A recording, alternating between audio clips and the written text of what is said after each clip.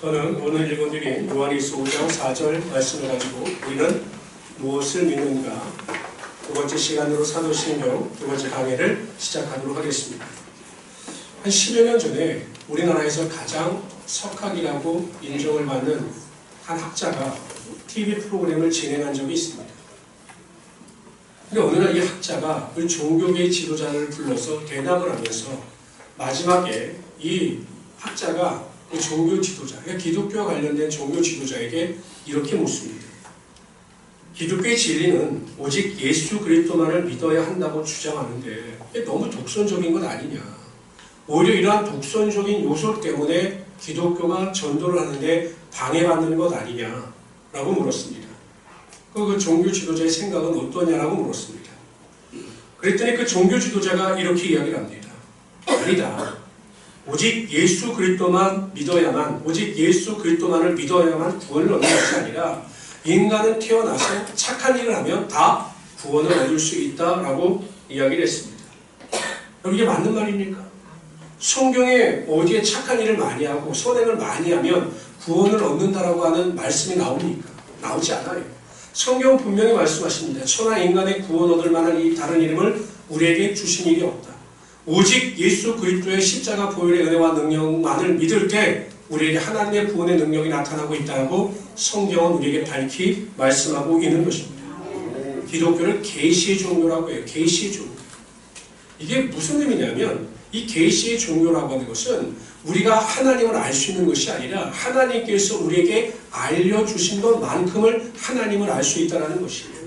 우리가 열심히 노력하고 선행을 행함으로 말미암아 구원을 얻고 하나님의 길에 가까이 나갈 수 있는 것이 아니라 하나님께서 우리에게 구원의 은혜와 구원의 길을 제시해 주신 대로 믿어야만 우리가 구원을 얻을 수가 있다는 것입니다. 그래서 정말 우리가 무엇을 믿느냐가 굉장히 중요한 것입니다.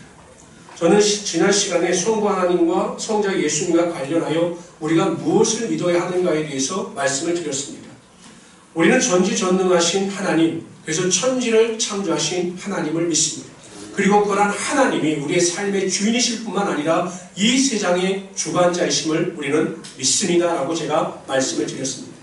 두 번째로 성부, 성자 예수님과 관련해서 하나님의 독생자이신 예수 그리스도께서 성령으로 잉태하셔서 구원자가 되시고 십자가에서 우리의 모든 죄를 담당하시고 돌아가시고 부활하심으로 예수를 믿는 모든 자들에게 영생의 축복을 허락하여 주심을 믿는다라고 제가 말씀을 드렸습니다. 오늘은 두 번째로 과연 우리가 무엇을 믿어야 하는가 사도신경을 통해서 그 해답을 살펴보도록 합니다. 첫 번째로 우리는 성령을 믿습니다라고 기록하고 있습니다. 예수님께서 제자들에게 내가 속히 이제 이 세상을 떠나갈 것이다 라고 말씀을 하셨습니다. 그러자 제자들이 두려워합니다. 불안해합니다. 그래서 예수님께서 제자들에게 이런 약속을 주셔요. 내가 아버지께 구하겠으니 그가 또 다른 보혜사를 너에게 주사 영원토록 너희와 함께 있게 하시리니.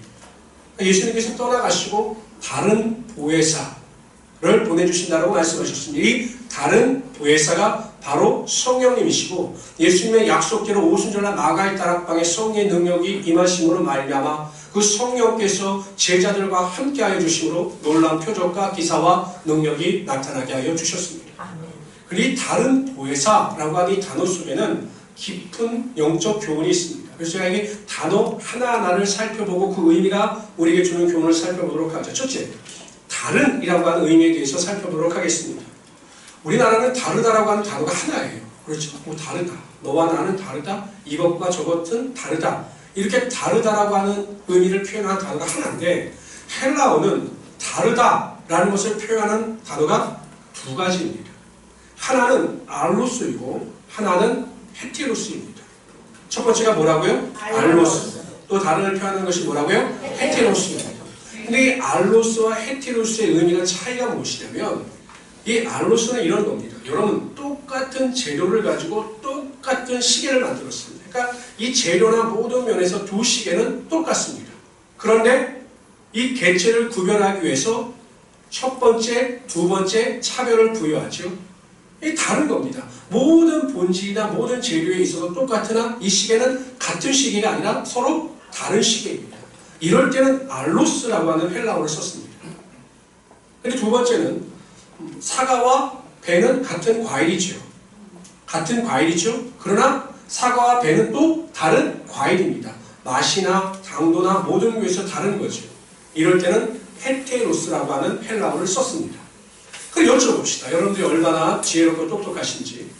보혜사, 다른 보혜사라고 할 때 이 다른은 알로스일까요? 헤테로스일까요? 알로스일까요? 헤테로스일까요? 설교를 할 때 이게 물어보면 긴장을 하지 마시고 그냥 쉽게 대답하시면 돼요. 다들 긴장하시죠. 알로스예요. 그러니까 내가 다른 보혜사, 다른 성령을 믿는다라고 할 때 이 다른이라고 하는 것은 어떤 의미냐면 하나님의 전지전능하신 예수 그리스도의 전지전능하신 면에 있어서 이 성령님과는 전혀 차별과 구별됨이 없다. 나는 그러한 성령님을 믿는다. 그리고 그러한 성령님을 믿는 자들에게 권세와 능력을 주시는 이심을 믿는다라고 고백하게 되는 것이죠.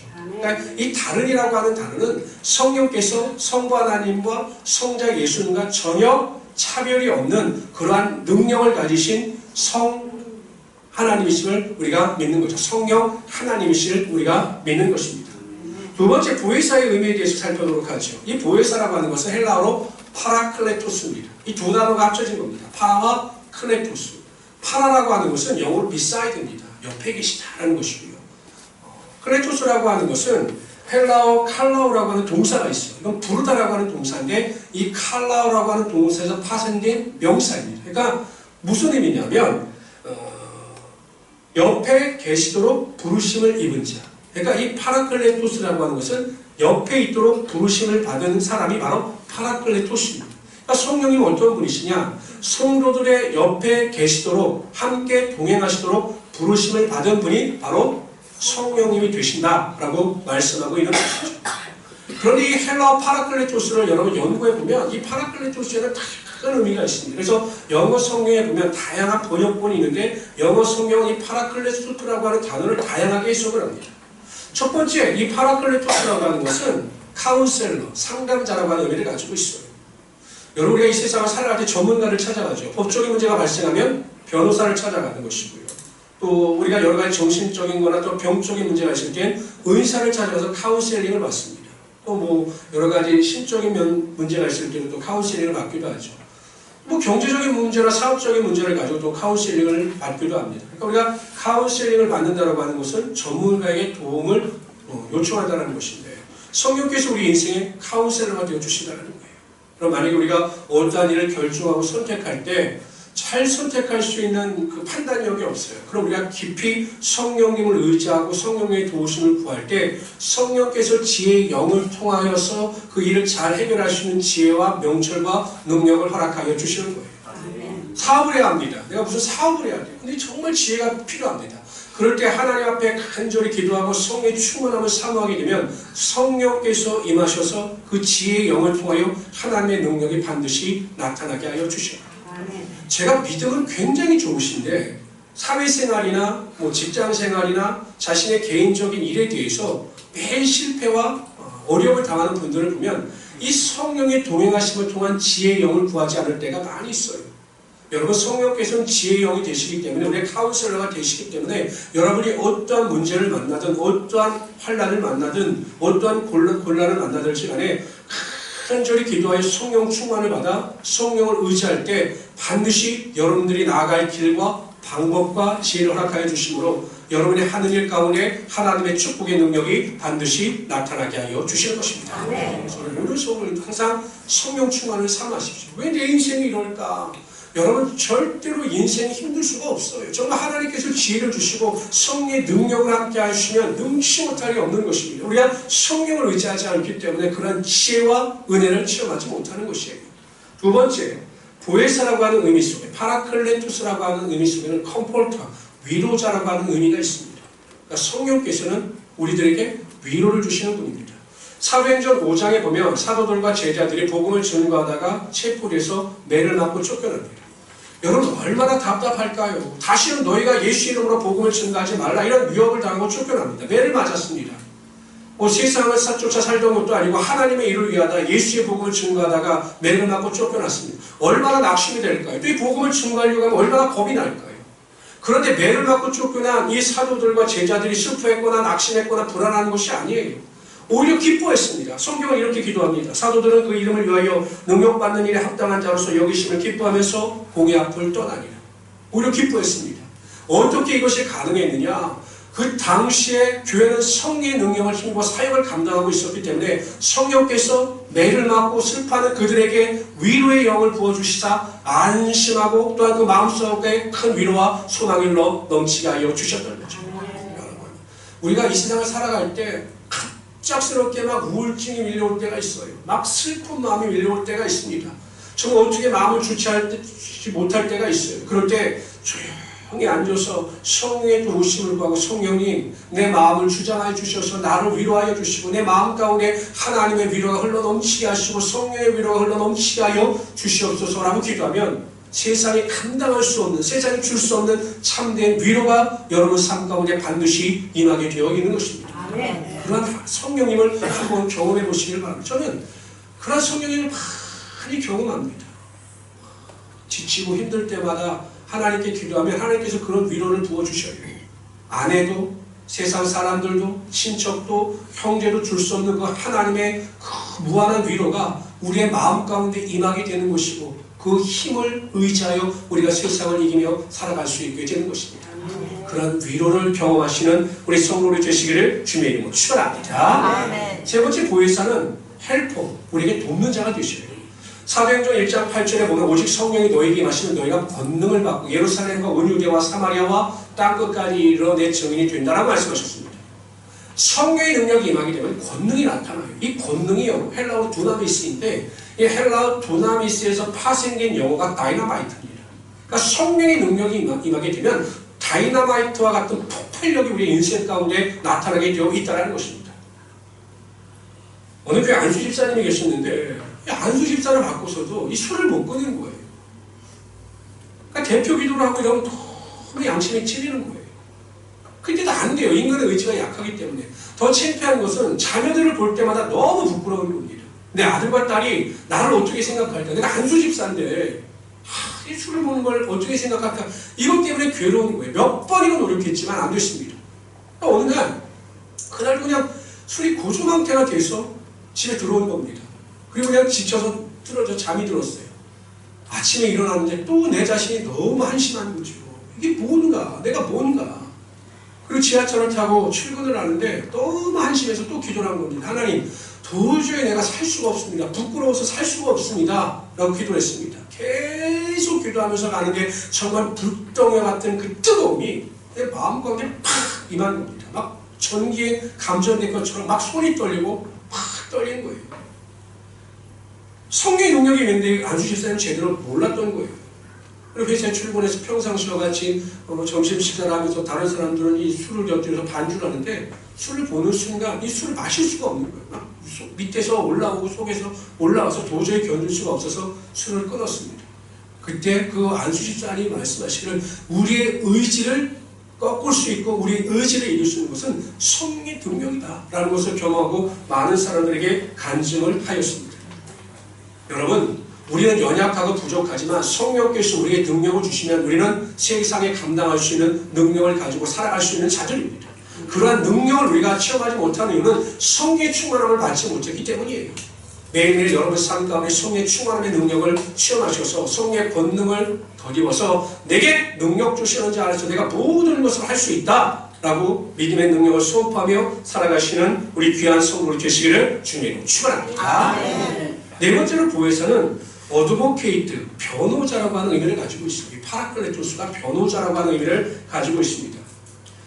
대언자가 되어주신다는 거죠. 이 파라클레토스가 헬라 문화에서 어떤 의미를 쓰였냐면 이런 의미였어요. 지금 우리가 법정에 서려면 변호사의 도움을 받아서 법정에 서죠. 근데 그 당시에 변호사가 없었습니다. 그래서 자신이 혼자 직접 자기 자신을 변론합니다.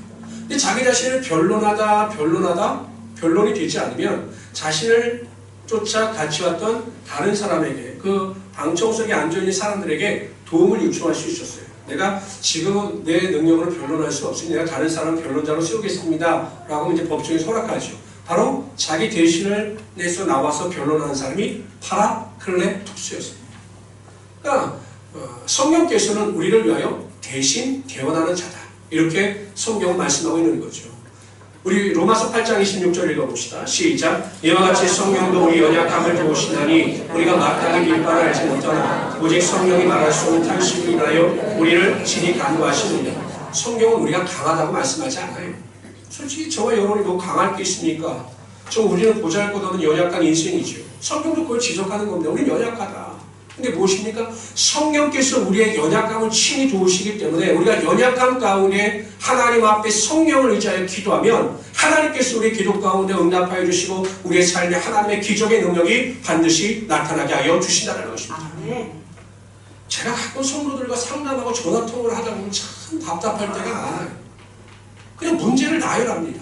목사님 이래서 문제고 이래서 힘들고 이래서 어렵습니다 라고 이야기를 합니다. 그럼 어떡하라고요?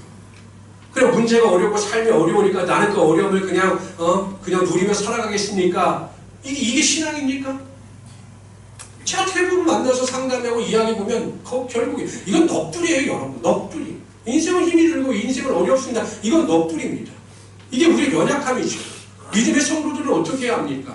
성령께서 우리의 연약함을 아시니 목사님 제가 그렇다면 다시 한번 믿음을 가지고 기도해 보겠습니다. 하나님의 능력을 의지하고 성령의 능력을 의지해서 기도해 보겠습니다. 그럼 하나님께서 성령님을 통해서 우리의 연약함을 반드시 바꿔주실 것입니다. 이렇게 기도하고 믿는 자들에게 하나님의 표적과 기사와 능력이 반드시 나타나게 하여 주시는 거죠.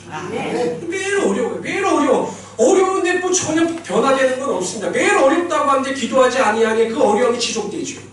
매일 힘들다고 이야기를 하는데 기도하지 아니하니 성령을 의지하지 아니하니 그 모든 연약함 가운데 계속 인생을 탄식하면서 살아갈 수밖에 없는 것 아니겠습니까?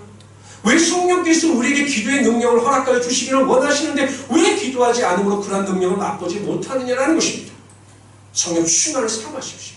성령의 능력을 의지하십시오. 그래서 기도하심으로 그 기도의 능력을 맛보며 살아가시는 우리 귀한 성도들이 되시기를 주님의 이름으로 축원합니다.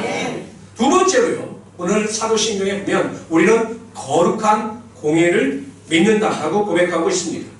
근데 우리의 사도신경이 예전의 사도신경은 이렇게 기록되어져 있어요. 거룩한 공예와 성도가 서로 교통하는 것을 나는 믿는다. 이게 엔드로 연결이 되어 있는데 이게 잘못된 거예요. 정확하게 해석하면 이렇습니다. 나는 거룩한 공예를 믿습니다. 그리고 나는 성도가 교통하는 것을 믿습니다. 이렇게 따로따로 떼어서 해석하고 또 따로따로 떼어서 고백하는 것이 맞습니다.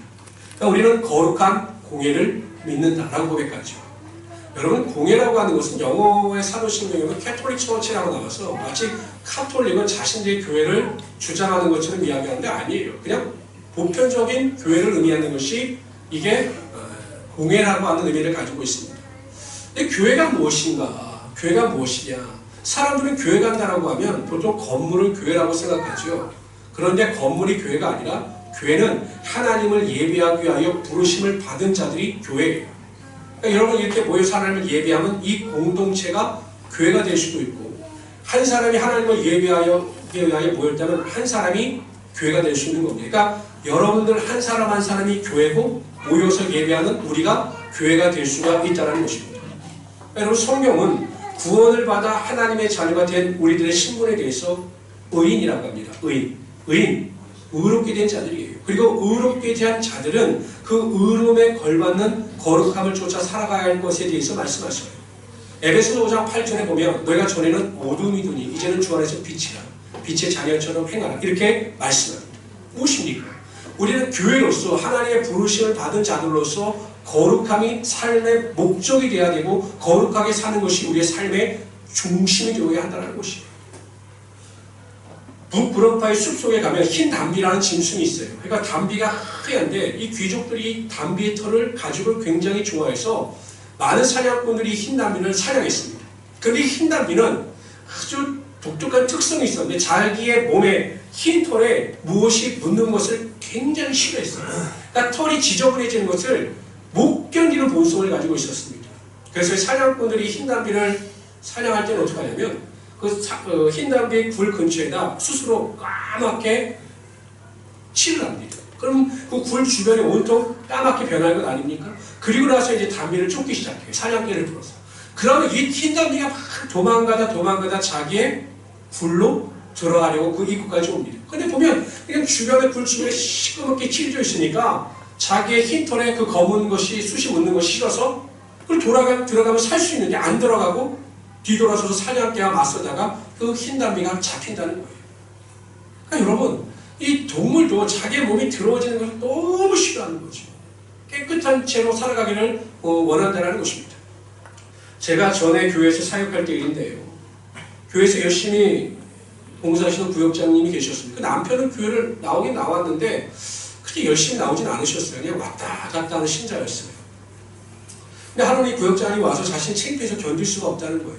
왜냐고 물어봤더니 그 남편이 화물차를 운행하는데 어느 날 뒤에서 차가 와서 이 구역장님의 남편의 차 뒤를 빵 하고 충돌했다는 거죠. 그러니까 여러분 뒷차가 100% 가시이지 않습니까? 근데 보통 사람들이 여러분 앞에 있는 차를 뒤에서 들이받았을 때 앞에 차들 운전자들의 반응이 어떻습니까? 네? 차에서 나올 때 어디 잡고 나옵니까? 이렇게 목 잡고 나와죠. 목 잡고 나와서 합의를 이제 보죠. 이게 보통 사람들의 모습이에요. 그런데 이 구역장님의 남편은 그냥 집에 왔다는 거예요. 병원도 안 가고 그냥 왔다는 거예요. 그 구역장이 화가 나서 아니 가서 엑스레이도 찍어보고 뭐 MRI도 찍어보고 병원에 누워 있어야 합의금이 나오는데 왜 그렇게 비련하게 왔냐고 막 짜증을 내는 거죠.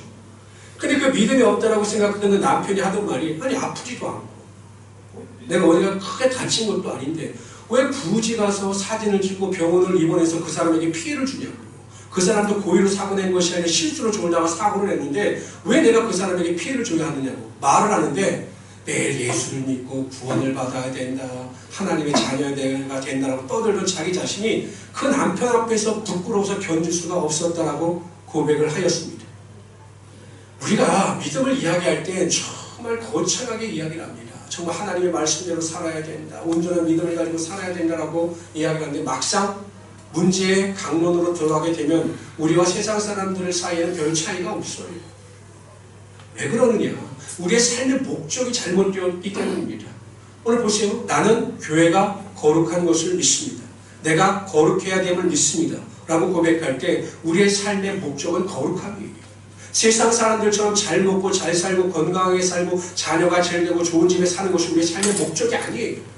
삶의 목적이 잘못되었기 때문에 여러분 신앙생활을 하면서도 세상 사람들과 똑같이 집이 없어서 물질이 부족해서 성공하지 못해서 화려함을 누리지 못해서 슬퍼하고 낙심하는 것이죠. 우리는 거룩하게 사는 것이 삶의 목적이 되어야 되는 것이고 거룩하게 사는 것이 삶의 무기가 되어야 하는 것입니다. 내가 어떠한 곳에 구하든 어떠한 일을 행하든지 간에 내가 정말로 하나님의 뜻을 쫓아 거룩하게 살아가고자 하는 그 믿음의 능력이 있다면 하나님께서 반드시 거룩함을 통해서 하나님의 영광이 여러분 삶 가운데 나타나게 하여 주시는 것입니다. 그래서 우리 모든 성도님들은 거룩함을 쫓아 살아가시길 바랍니다. 다니엘과 사드락과 메삭과 아벳느고를 보십시오. 자신의 거룩함을 위해서 뜻을 정하고 노력하니 하나님께서 그들을 축복하지 않으십니까? 우리 모든 성도님들은 나는 거룩한 공예를 믿습니다. 내가 거룩하게 살아가야 함을 믿습니다. 라고 결단하셔서 거룩한 가운데 승리하며 살아가시는 우리 귀한 성도를 되시기를 주님으로 축원합니다. 세 번째로 우리는 성도가 서로 교통하는 것을 믿습니다. 교회 안에서 성도들 간의 아름다운 교제와 소통이 있어야 함을 말씀하고 있는 겁니다. 오순절날 마가의 다락방에서 성령의 능력이 임한 다음에 교회가 탄생을 해요. 그리고 교회는 항상 모이기 힘쓰는 교회였습니다. 서로 쓸 것을 통용하고 나눠줬어요. 모일 때마다 떡을 떼면서 성찬을 했습니다. 예배를 했습니다. 말씀의 교제를 나눴습니다. 그래서 너무 행복해서 성도들이 매일 교회에 모여서 아름다운 코이노니아를 했고 그래서 교회가 부흥을 했습니다. 교회는 올 때마다 행복해야 합니다. 교회는 올 때마다 사람들을 만날 때마다 성도들을 만날 때마다 행복해야 되고 기뻐야 합니다. 근데 그게 쉽지 않지요. 쉽지 않지요. 그럼 어떻게 그것이 가능할 것인가? 성경은 이렇게 말씀하십니다. 제가 읽어드리겠습니다. 그러므로 그리스도 안에 무슨 권면이나 사랑의 무슨 위로나 성령의 무슨 교제나 궁율이나 자비가 있거든 마음을 같이하여 같은 사랑을 가지고 뜻을 합하여 한 마음을 품어 아무 일에든지 다툼이나 허용으로 하지 말고 오직 겸손한 마음으로 각각 자기보다 남을 낮게 여기고 각각 자기 일을 돌볼 뿐 아니라 또한 각각 다른 사람의 일을 돌보아 나의 기쁨을 충만하게 하라. 핵심은 무엇입니까? 다른 사람을 나보다 높이 여기라는 거예요. 존중하고 배려하는 것입니다. 항상 나는 부족하고 나는 가장 연약하다. 다른 사람들은 정말 뛰어나고 훌륭한 사람이다. 이걸 인정하고 배려하라는 거예요. 성경에 보면 남편을 존중하라고 했죠. 우리 아내들에게 여쭤봅시다. 어떻게 남편들이 존중할 만한 거리가 있습니까? 남편을 보면 내가 정말 존중하고 싶다, 존경하고 싶다 이런 마음이 막 불일 듯 일어나십니까? 지금 딱 한 사람만 아멘 하셨습니다. 네? 남편을 보고 내가 남편을 존경해야지 이 세상의 최고의 선물이 이렇게 인정을 하십니까? 쉽지 않아요. 그러나 성경은 우리에게 존경할 만한 은혜가 있어서 남편을 존경하는 것이 아니라 남편이기 때문에 존경하라고 말씀하는 거죠. 아내이기 때문에 사랑하라고 말씀하는 겁니다. 저는 가만히 보면 한 가정의 질서와 모든 은혜와 능력이 나타나기 위해서 가만히 보면 잘 되는 가정을 보잖아요. 틀림없이 아내가 남편을 존경하는 가정이에요. 그리고 남편이 아내들에게 존경받게 행동을 하는 가정이 하나님의 축복의 능력이 임하게 하여 주신다는 거죠. 아무리 남편이 연약하고 부족하다 할지라도 내 남편이 머리가 된다라고 인정해야 된다는 거죠. 맨날 할 줄 아는 게 뭐가 있냐. 샤도 마우스 말하지 마라. 당신 하늘나 다 그렇다. 내가 벌어올 테니 당신 집에서 살림이나 해라. 이러면 안 된다는 거예요.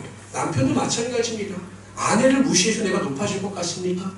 아내가 무슨 말만 하고 집에서 살림이나 하면서 뭘 하느냐고 잔소리하지 말라고 그렇게 하는 게 높아질 것 같습니까? 아니에요. 남편을 존중하고 높일 줄 아는 남편이 세상에 나가서도 존경을 받을 수가 있는 겁니다. 자녀들도 마찬가지죠. 부모를 공경해야 하는 겁니다.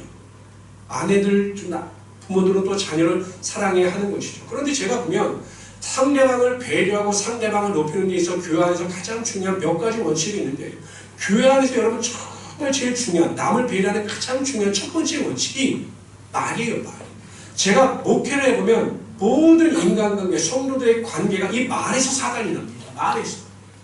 이 말 때문에 상처를 받고 말 때문에 관계가 틀어지는 일이 비일비지 않습니다. 제가 말씀드린 게 첫 번째로 교회 안에서 절대 반말하지 마십시오. 제가 보면 인간이 가장 이렇게 격이 없어 보일 때가 아무 데서나 반말하는 사람이에요. 식당 가서도 종업원들한테 반말하고 교회에서도 반말. 교회에 너무 직분이 있잖아요. 집사님, 직분이 있잖아요. 존댓말 해야 되는 거예요. 아무리 아랫사람이라고 하더라도요. 웬만하면 많은 사람이 있을 때는 반말하지 마세요. 교회에서 야 누구야? 이렇게 하지 말라는 거예요. 그럼 상대방이 얼마나 여러 번 상처를 받는지 아십니까? 말을 존중할 줄 알아야 상대방을 배려하는 마음이 나타나게 된다는 거죠. 뿐만 아니라 세상 사람들처럼 상스러운 말을 하지 마십시오. 아무리 내가 세상에 들었다 할지라도 육두문자 같은 거 쓰지 마세요. 무슨 표현할 때도요. 어쩌고저쩌고 그런 말 쓰지 마십시오. 교회 안에서. 이게 절대 은혜가 안 돼요. 자신의 인격을 깎아내릴 뿐입니다. 두 번째, 절대 남을 깎아내리는 말을 하지 마십시오. 남을 높이는 말을 하십시오. 아내가 무슨 반찬을 하든 그냥 맛있다고 하십시오. 그게 최고의 칭찬입니다. 본인이 무슨 셰프입니까? 맛은 평가하고 백종원도 아니면서 짜다 맵다 교회 아직도 절대 그런 말 하지 마십시오. 그냥 만들어 주시면 이 맛이 천사의 맛이구나 감사하면서 드시고 절대 사람을 깎아내리지 마십시오. 다른 사람을 높이면 하나님께서 나를 높여주셔요. 다른 사람을 이해하고 배려하면 하나님께서 우리 자신을 이해하고 배려해 주시는 것입니다. 세 번째, 절대 말을 옮기지 마십시오. 절대 말을 옮기지 마십시오. 그리고 절대 이런 말을 하지 마십시오. 내가 너한테만 하는 이야기인데 절대 어디 가서 이 말을 하면 안 돼. 이 말을 하지 마십시오. 하지 그 말을 들어라. 절대 내가 말을 들었으면 기도 제목을 부탁받았으면 주님 오시는 그날까지 입을 꽉 다물고 그 사람을 위해서 기도해야 하는 것이죠. 근데 자꾸 여기서 터가지면 여기서 들리고 여기서 들리면 그 사람이 얼마나 실망하겠습니까? 저는 우리 모든 성도님들이 믿음 안에서 말의 결점과 말의 부족함이 없도록 그 말을 통해서 하나님의 영광을 드러내시고 모든 관계 가운데 승리하며 살아가시는 우리 귀한 성도들 되시기를 주님으로 축원합니다. 기억하십시오. 반말하지 마시고 개인적으로 있을 땐 괜찮아요. 그러나 많은 사람들이 있을 때 제도적으로 반말하지 마시고 세상 사람들과 똑같이 상스러운 말이나 육두문자 같은 거 사용하지 마시고 성도들 간의 대화 속에서 항상 칭찬과 격려의 말을 하시고 또 항상 말을 옮기지 않는 그 은혜를 통해서 모든 사람들과 아름다운 교통과 관계를 누리며 살아가시는 우리 성도들 되시기를 주님으로 축원합니다. 네 번째로요. 우리는 죄를 사하여 주시는 것과 몸이 다시 사는 것과 영원히 사는 것을 믿습니다. 예수 그리스도께서 십자가에 달려 돌아가심으로 그 복음의 능력, 보혈의 능력을 믿는 자들에게 아담과 하와의 범죄로부터 내려왔던 모든 죄를 사하여 주시고 멸망의 저주로부터 영생의 축복을 반드시 우리에게 허락하여 주시는 거죠. 이 자리에 앉아있는 여러분들은 예수 그리스도를 우리의 삶의 구주로 모셨기 때문에 여러분들의 모든 죄가 사하여졌고 여러분들께서 죽는 것이 아니라 영원한 영생의 축복을 가지고 살아갈 수 있는 하나님의 특권이 여러분 삶 가운데 주어지게 된 것입니다. 여러분 데살로니가 전서에 보면 사도 바울은 데살로니가 교회에 보낸 편지에서 이렇게 표현을 합니다.